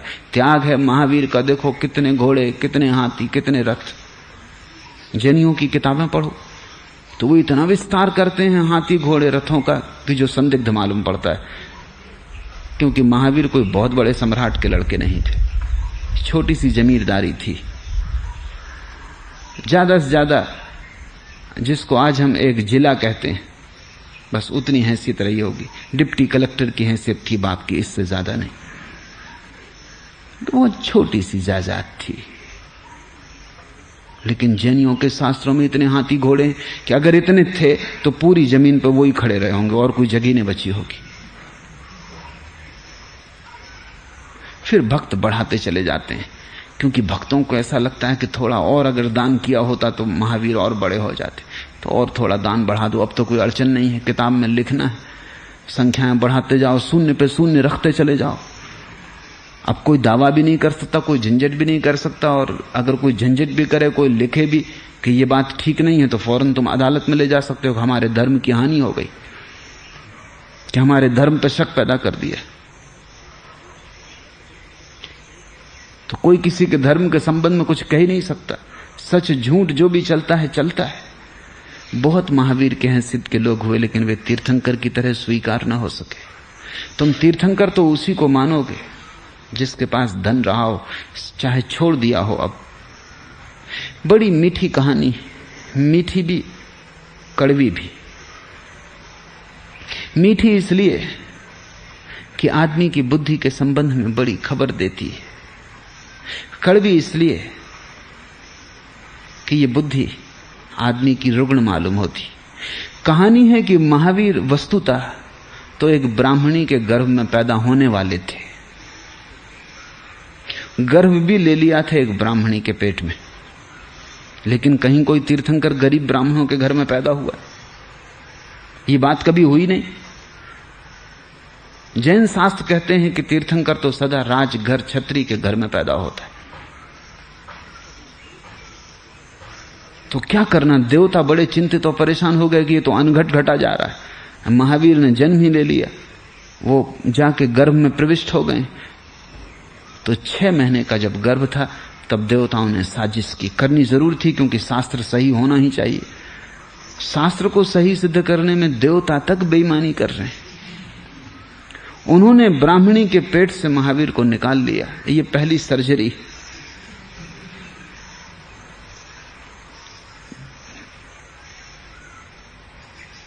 और त्रिशला, जिनके की महावीर बाद में बेटे हुए, महारानी त्रिशला, उसके पेट से भी गर्भ निकाल लिया। उसके गर्भ को ब्राह्मणी के गर्भ में रख दिया और ब्राह्मणी के गर्भ को त्रिशला के गर्भ में रख दिया। तब देवताओं को शांति मिली कि अब शास्त्र के अनुसार सब हो रहा है। इतनी भी स्वतंत्रता नहीं है आदमी को कि कहां पैदा होना है, वो भी शास्त्र के अनुसार। जिंदा रहना शास्त्र के अनुसार, मरना शास्त्र के अनुसार। शास्त्र तो फांसी मालूम होती। तो महावीर पैदा हुए क्षत्रिय घर में। ऐसे बेटे वो ब्राह्मणी थे, लेकिन गरीब ब्राह्मण, और ब्राह्मण तो गरीब होगा ही। ब्राह्मण धनी नहीं हो सकता, क्योंकि धन के लिए जितनी हिंसा चाहिए, जितना व्यवसाय, चालबाजी, बेईमानी चाहिए, वो ब्राह्मण के पास नहीं। वो क्षत्रिय घर में पैदा हुए। कबीर की तकलीफ यह है कि देवताओं ने कुछ इंतजाम न किया। एक तो घर का ठिकाना नहीं, लावारिस, बिल्कुल शास्त्र से असम्मत। या तो देवता सो गए कबीर के पैदा होते वक्त, या तब तक देवता बचे नहीं, या कलयुग में सोचा होगा कि अब चलने दो जो चल रहा है, होने दो जो हो रहा है। तो न केवल गरीब के घर में पैदा हुए हैं, नाजायज भी हैं। नहीं तो क्यों मां बाप छोड़ जाते सरोवर के तट पर? किसी कुंवारी लड़के के बेटे होंगे तो कुछ पता ठिकाना नहीं, बिल्कुल लावारे से, फिर दीनहीन रहे। कौन स्वीकार करे? कौन उन्हें पूजे भगवान की तरह? कौन घोषणा करे कि वो बुद्ध है? और बुद्ध से रत्ती भर कबीर कम नहीं है। किसी महावीर से उनकी महिमा में जरा भी कमी नहीं है। लेकिन संयोग कबीर के विपरीत। इसलिए मैं तो तुमसे कहता हूं, यह भी आश्चर्य है कि कबीर का नाम बच गया। हमारे जैसे अंधे लोगों के समाज में, जहां धन की ही पूजा होती हो, पद की ही पूजा होती हो, जहां सिंहासन ही दिखाई पड़ता हो और कुछ दिखाई ही ना पड़ता हो, जहां कुल और गोत्र की पूजा होती हो, वहां एक नाजायज बेटा जिसके मां बाप का कोई ठिकाना नहीं, अनाथ, उसका नाम भी बच गया और थोड़े से लोग उसे प्रेम करने वाले भी बच गए। ये चमत्कार है। बुद्ध के पीछे अगर राज्य की शक्ति ना होती, और ध्यान रखना उनके पीछे राज्य की शक्ति है। बुद्ध सन्यास तो ले लिए, लेकिन राज्य की शक्ति का तो पूरा उपयोग साथ चलता रहा जीवन भर। महावीर के पीछे राज्य की शक्ति है। महावीर सन्यास तो ले लिए, लेकिन जिस राज्य में प्रवेश करेंगे उसी राज्य का राजा सम्मान करेगा, क्योंकि वो सब संबंधित हैं। कोई भाई है, कोई भतीजा है, कोई ममेरा है, कोई चचेरा है, सब राजाओं के संबंध। क्योंकि राजा गैर राज परिवारों में तो विवाह करते नहीं, तो सब संबंधी हैं। तो जहां भी महावीर जाएंगे वहां राजा सम्मान करेगा। जब राजा सम्मान करेगा, वजीर सम्मान करेंगे। जब वजीर सम्मान करेंगे तो और ना समझ भीड़, कतार चली आएगी। तुम सोच लो कि अगर तुम्हारे गुरु को मिलने राष्ट्रपति आ जाए तो सब नालायक पीछे चले आएंगे। जब राष्ट्रपति जा रहा है तो ठीक ही। कबीर को तो मिलने कोई राजा कभी आया नहीं, कोई वजीर कभी द्वार पर दस्तक न दिए, तो भीड़ तो कभी आएगी नहीं। भीड़ तो राज्य से चलती है। तो बुद्ध और महावीर को जो प्रतिष्ठा मिली, उसमें बुद्ध और महावीर की गुण गरिमा नहीं, क्योंकि वैसी गुण गरिमा तो कबीर में भी है, दादू में भी है, फरीद में भी है। गुण गरिमा की तो कोई महिमा ही नहीं है। महिमा तो किसी और बात की है, नाते रिश्तेदारी की है, सम्राटों की। जहां बुद्ध जाते हैं वहीं सम्राट आके चरणों में झुकता है और सम्राट समझाता है कि लौट जाएं घर, आपके पिता दुखी हैं। अनेक सम्राटों ने कहा आपको अपने घर न जाना हो, हमारे घर आ जाएं, ये भी राज्य आपका है। मैं अपनी पुत्री को विवाह देता हूं, ये सारी संपत्ति तुम संभालो। तो इस सुविधा में बड़ी फर्क है। फिर बुद्ध का जो इतना प्रचार हुआ सारे संसार में, उसका मूल आधार अशोक है। बुद्ध की गरिमा से वो नहीं पहुंच सकता था। ये जो प्रभाव है उसके पीछे अशोक है, उसकी राज सत्ता है। अशोक ने भेजे सन्यासी भिक्षु, चीन, जापान, लंका, बर्मा, श्याम, अनाम, सारे एशिया को भर दिया। और जब अशोक जैसा सम्राट भेजा तो दूसरे सम्राटों ने भी अहोभाग्य से स्वीकार किया। ये धन्य भाग थे कि अशोक जैसा सम्राट छोटे छोटे राज्यों को भिक्षु भेज रहा है, और अपने बेटे बेटी तक को भेजा भिक्षु बनाकर। अशोक ने फैलाया बुद्ध धर्म। कबीर को कोई सम्राट नहीं मिला। काशी में नरेश थे, लेकिन वो कभी आए नहीं, क्योंकि कौन जाए इस लावारिस के पास। फिर कबीर की जीवन ढंग की व्यवस्था बड़ी भिन्न है। उन्होंने सब तरह से शास्त्र तोड़ा है। वो परम संत हैं। बुद्ध ने भी शास्त्र तोड़ा है, लेकिन पूरी तरह नहीं। महावीर ने भी शास्त्र तोड़ा है, लेकिन पूरी तरह नहीं। महावीर ने शास्त्र का उतना ही हिस्सा तोड़ा है जो तोड़ा जा सकता है, लेकिन जो अपरिहार्य है वो तो बचा लिया है। जैसे शास्त्र कहते हैं गृहस्थ अलग, सन्यासी अलग, इसको तो बचा लिया है। तो महावीर सन्यासी हैं, उनके गृहस्थ हैं, तो उन्होंने 4 तीर्थ बनाए, साधु, साध्वी, श्रावक, श्राविका। वो भेद तो बहुत पुराना है, वो उन्होंने कायम रखा है। बुद्ध ने भी कायम रखा है। कबीर ने सब तोड़ दिया।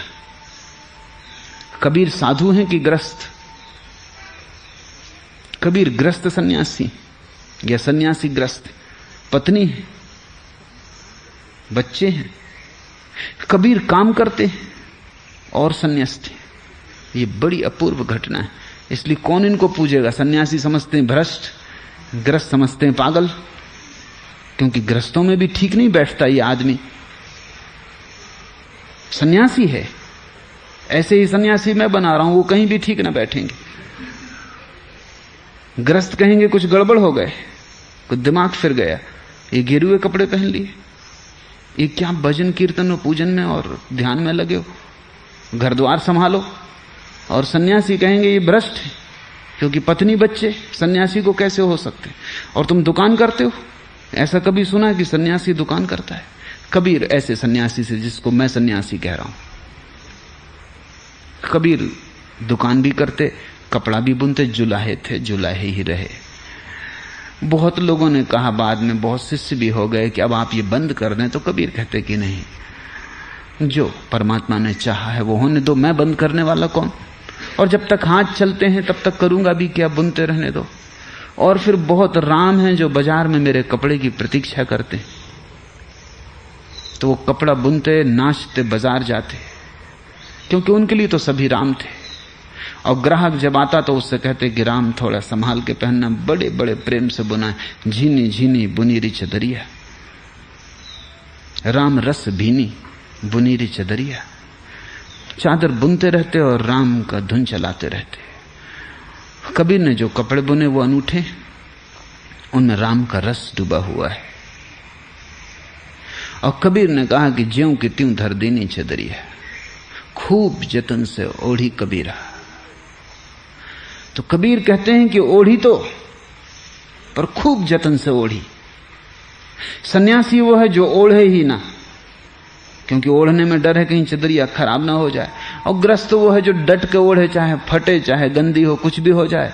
और कबीर ने ओढ़ी, खूब जतन से ओढ़ी रे चदरिया, लेकिन जतन से ओढ़ी। ये जतन शब्द बड़ा अद्भुत है। कृष्णमूर्ति जिसको अवेयरनेस कहते हैं, वही जतन।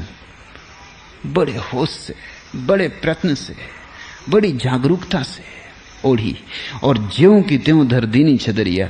और जब परमात्मा के पास वापस लौटने लगे तो उसे वैसी ही लौटा दी जैसी उसने दी थी। और ओढ़ी भी, ऐसा भी नहीं कि बिना ओढ़े नंगे बैठे रहे। कबीर ये कह रहे हैं कि ग्रस्त भी रहे और संन्यास्त भी रहे संसार में, और अछूते रहे कमलवत। बहुत मुश्किल है। इसलिए कबीर को ऊपर की जातियों का तो कोई सम्मान न मिल सका, क्योंकि उनको डर लगा जाने में। अपनी से छोटी जाति के पास कौन जाना चाहे?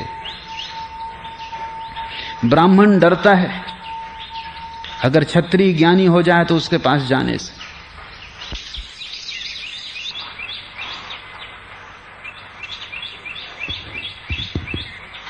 क्षत्रिय डरता है अगर वैश्य ज्ञानी हो जाए उसके पास जाने से। वैश्य डरता है अगर शूद्र ज्ञानी हो जाए उसके पास जाने से। चम्हार रैदास के पास कोई भी ना गया, सेना नाई के पास कोई भी ना गया, जुलाहे कबीर के पास कोई भी ना गया। वो आखिरी है। उनके पास ऊंची श्रेणी के लोग भयभीत होते, स्वभावता वही लोग गए जो उसी श्रेणी के थे। इसलिए कबीर को मानने वालों की संख्या निम्न वर्ग के लोगों में मिलेगी। निम्न वर्ग के लोगों के पास न तो धन है, न पद है, न प्रतिष्ठा है। वो किसी को ऊपर में आकाश में उठाना भी चाहे तो नहीं उठा सकते। सच तो यह है उनके कारण ही कोई आकाश में हो तो वो भी जमीन पर उतर आएगा। उनके पास कुछ भी तो नहीं है। इसलिए कबीर के मानने वाले कबीर को तो ऊपर नहीं उठा सके। कैसे उठाते? कोई उपाय न था, कोई सीढ़ियां न थी उनके पास। बल्कि उनके मानने के कारण चम्हार, भंगी और शूद्र और हरिजन कबीर को मानने लगे। उस कारण और भी अड़चन हो गई पंडित को, ब्राह्मण को, क्षत्रिय को, वैश्य को आने की। ऐसा हुआ कि मैं एक गांव में था और वहां रैदास की जयंती मनाई जा रही थी। रैदास तो चम्हार थे। गांव के चम्हार मेरे पास आ गए और उन्होंने कहा आप भी चलें, रैदास पर 2 शब्द कहते हैं। मैं राजी हो गया। मैं जिनके घर में मेहमान था वो बड़ी मुश्किल में पड़ गए। जैन घर था, बड़े संपन्न व्यक्ति थे। उनको जरा बेचैनी मालूम होने लगी। सांझ को उन्होंने कहा ऐसा है कि मुझे जरा जरूरी काम है और अच्छा तो नहीं मालूम पड़ता कि आपको अकेला भेजूं, क्योंकि चम्हारों की सभा। अब उसमें गांव का प्रतिष्ठित श्रेष्ठ थी, वो कैसे जाए? नगर सेठ वो कैसे जाए चम्हारों की सभा में? और मैं तो कल चला जाऊंगा। ये झंझट सदा के लिए पीछे बन जाएगी कि चम्हारों की सभा में गए थे। तो उन्होंने कहा कि मुझे जरा जरूरी काम आ गया है, आना तो आपके साथ था। मैंने कहा आप बिल्कुल फिक्र न करें, जरूरी काम मुझे पता है नहीं आया है, मगर कोई चिंता की बात नहीं, मैं अकेले जाऊंगा, आपको आने की कोई आवश्यकता भी नहीं। नहीं, उन्होंने कहा आप बुरा ना माने, आप ठीक कहते हैं, कोई काम नहीं आया, आपसे क्या झूठ बोलना। लेकिन डर लगता है चम्हारों की सभा, और आप भी न जाते तो अच्छा था।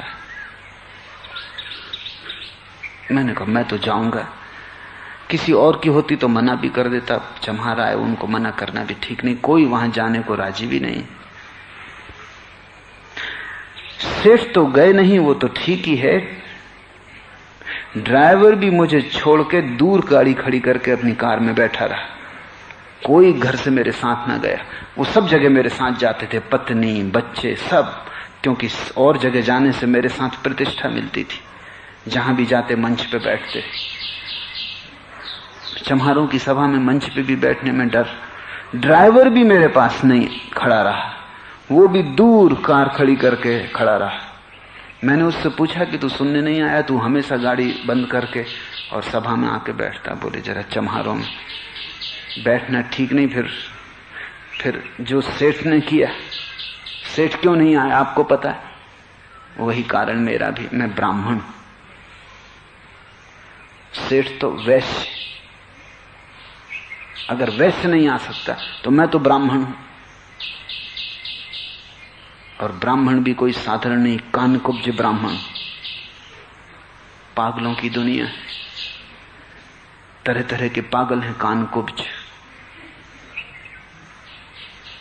देशस्थ, कोकणस्थ, तरह तरह के पागल हैं। चम्हारों की सभा में कौन चाहे? चम्हार बड़े प्रसन्न हुए, बड़े आनंदित हुए। उन्होंने कहा हम सदा बुलाते हैं, निमंत्रण देते हैं, कोई आते ही नहीं। तो कबीर के पास कौन जाए? जबलपुर में जहां मैं रहता था वर्षों तक,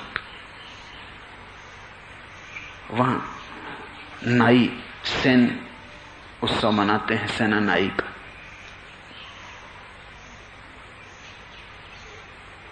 कोई जाने को राजी नहीं। मैं जब बोलता था तो मुझे कोई 10,000 15,000 लोग सुनने आते थे। ये सोच के सेना के भक्तों ने सोचा कि अगर मैं बोलूं सेना नाई पर तो 10-15,000 आदमी सुनने आएंगे, सेना नाई की बड़ी ख्याति होगी। मैंने उनको कहा तुम गलती में हो। वो जो मुझे सुनने आते हैं 10-15,000 लोग, वो जब मैं तुम्हारे सेना नाई पे बोलूंगा तो नहीं आएंगे। और उनका आप बात छोड़िए, वो आपको प्रेम करते हैं, सेना नाई से क्या लेना देना। आप जिस पे भी बोलते हैं वो सुनने आते हैं। गीता पे बोलते हैं तो सुनने आते हैं, महावीर पे बोलते हैं तो सुनने आते हैं, बुद्ध पे बोलते हैं तो सुनने आते हैं। मैंने कहा वो ठीक है, वो बुद्ध महावीर कृष्ण वो सभी सवर्णों की दुनिया है, मगर तुम नहीं मानते तो मैं आऊंगा। मैं गया, कोई नहीं आया। 15,000 तो दूर, 15 चेहरे ना दिखे मुझे जिनको मैं पहचानता था, सिर्फ नाई दिखाई पड़े। और बेचारे बड़ी राह देखते रहे वो कि कोई आए।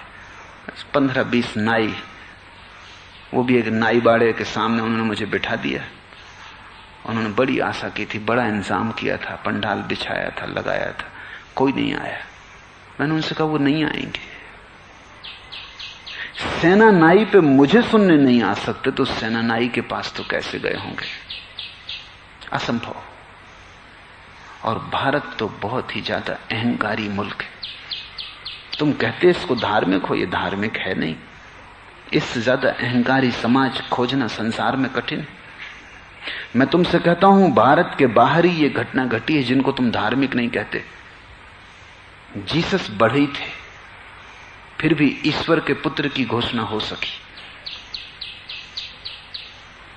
मोहम्मद किसी बहुत ऊंचे वर्ण से नहीं आते थे, भेड़ों को चराने और भेड़ों का बाल काटने का धंधा करते थे, फिर भी पैगंबर हो सके। भारत के बाहर ही ये अनूठी घटना घटी है कि मोहम्मद जैसा अपढ़, गरीब, शूद्र वर्ग से संबंधित, जीसस जैसा अपढ़, शूद्र वर्ग से संबंधित व्यक्ति जीवन के उच्चतम शिखर पर विराजमान हो सका है। भारत तो बहुत अहंकारी है। अगर यहां क्राइस्ट पैदा होते भूल से तो उनकी वही गति होती जो कबीर की हुई। अगर यहां मोहम्मद पैदा हो जाते तो वही गति होती जो कबीर की हुई, कोई फर्क न पड़ता। भारत बहुत अहंकारी है। यहां धर्म भी अहंकार का हिस्सा हो गया है। और धार्मिक अहंकार, पवित्र अहंकार और भी खतरनाक हो जाता है। पवित्र जहर जैसा खतरनाक, क्योंकि जहर में अगर थोड़ा कुछ और मिला हो तो जहर जरा कम जहरीला होता है। मुल्ला नसरुद्दीन मरना चाहता था तो बाजार गया, जहर खरीद लिया, रात को खा के सो गया। कई बार उठ उठ कर देखा, अभी तक मरे नहीं। सुबह भी हो गई, आंखें बंद पड़ा, थोड़ी देर पड़ा रहा कि शायद मर गए हों। दूध वाले की आवाज सुनाई पड़ने लगी, घर में बर्तन भांडे बजने लगे। क्या मामला है? आंख खोल के देखा, सब वैसे ही मरे नहीं। सोचता था शायद नरक में पहुंचे कि स्वर्ग में क्या हुआ, लेकिन मरे ही नहीं। भागा हुआ दुकान पे पहुंचा, जहर क्यों का हद हो गई, तुमने धोखा दिया। उसने कहा भाई मैं भी क्या कर सकता हूं, सभी चीजों में मेल चल रहा है। जहर भी शुद्ध कहां है आज? दूध ही अशुद्ध नहीं मिल रहा है, जहर भी अशुद्ध है। उसको भी खा के पक्का भरोसा नहीं कर सकते कि मरी जाओगे। शुद्ध जहर तो बहुत खतरनाक हो जाता है। और धार्मिक व्यक्ति का अहंकार शुद्ध जहर है। शुद्ध जहर तो बहुत खतरनाक हो जाता है और धार्मिक व्यक्ति का अहंकार शुद्ध जहर है। उसमें से सब अशुद्धि बाहर निकाल दी गई। धनी आदमी के अहंकार में थोड़ी अशुद्धि है। वो अशुद्धि ये है कि अगर धन खो जाए तो अहंकार को गिरना पड़ेगा। पहलवान के अहंकार में थोड़ी अशुद्धि है, शरीर कल बीमार पड़ जाए। और पहलवान अक्सर बीमार पड़ते हैं, भयंकर बीमारियों से मरते हैं, क्योंकि पहलवानी शरीर के साथ जाती है। वो अप्राकृतिक है। इसलिए गामा हो कि कोई भी हो, सब कैंसर, क्षय रोग, खतरनाक बीमारियों से मरते, मरेंगे ही, क्योंकि शरीर के साथ जबरदस्ती कर रहे हैं। पहलवानी कोई स्वास्थ्य नहीं, तो एक दिन शरीर मरेगा, टूटेगा, खराब होगा, तब अकड़ चली जाएगी। आज पद पर हो, मिनिस्टर हो कि चीफ मिनिस्टर हो, कल नहीं रहोगे, फिर भीख मांगते वोट की फिरोगे। इसलिए वो अकड़ भी शुद्ध नहीं। लेकिन धार्मिक आदमी की अकड़ बिल्कुल शुद्ध, उसको तुम छीन नहीं सकते। वो चरित्रवान, चरित्र को कैसे छीनोगे? वो सीलवान, सील को कैसे छीनोगे? वो राम चदरिया ओढ़ता है, राम राम जपता, उसको कैसे छीनोगे? वो रोज मंदिर जाता है, पूजा करता, प्रार्थना करता, यज्ञ हवन करता, उसको कैसे छीनोगे? उसका अहंकार छीनना मुश्किल। भारत महा अहंकारी है, उसने अपने अहंकार को बड़े आभूषणों से सजा लिया है, और इसलिए बहुत से परम ज्ञानियों से देश लाभ लेने से वंचित रह गया। बहुत पैदा हुए हैं इस मुल्क में जिन्होंने परम सत्य को जाना है। इसलिए मैं एक तरफ उपनिषदों पर बोल रहा हूं, कृष्ण पर बोल रहा हूं, लेकिन कबीर को भूलता नहीं। बीच बीच में कबीर को ले आता हूं। किसी तरह कबीर और कृष्ण को मिलाना है, किसी तरह राजपुत्रों को और शूद्रों को करीब लाना है, किसी तरह सिंहासन और भिखारी को पास ले आना है, ताकि हम ये समझ सकें कि सत्य को पाने का कोई भी संबंध न तो वर्ण से है, न जाति से है, न धर्म से है, न कुल से है, न गोत्र से है। सभी के लिए खुला आकाश है सत्य का। जो भी आने को राजी है उसका ही स्वागत है। आज इतना ही।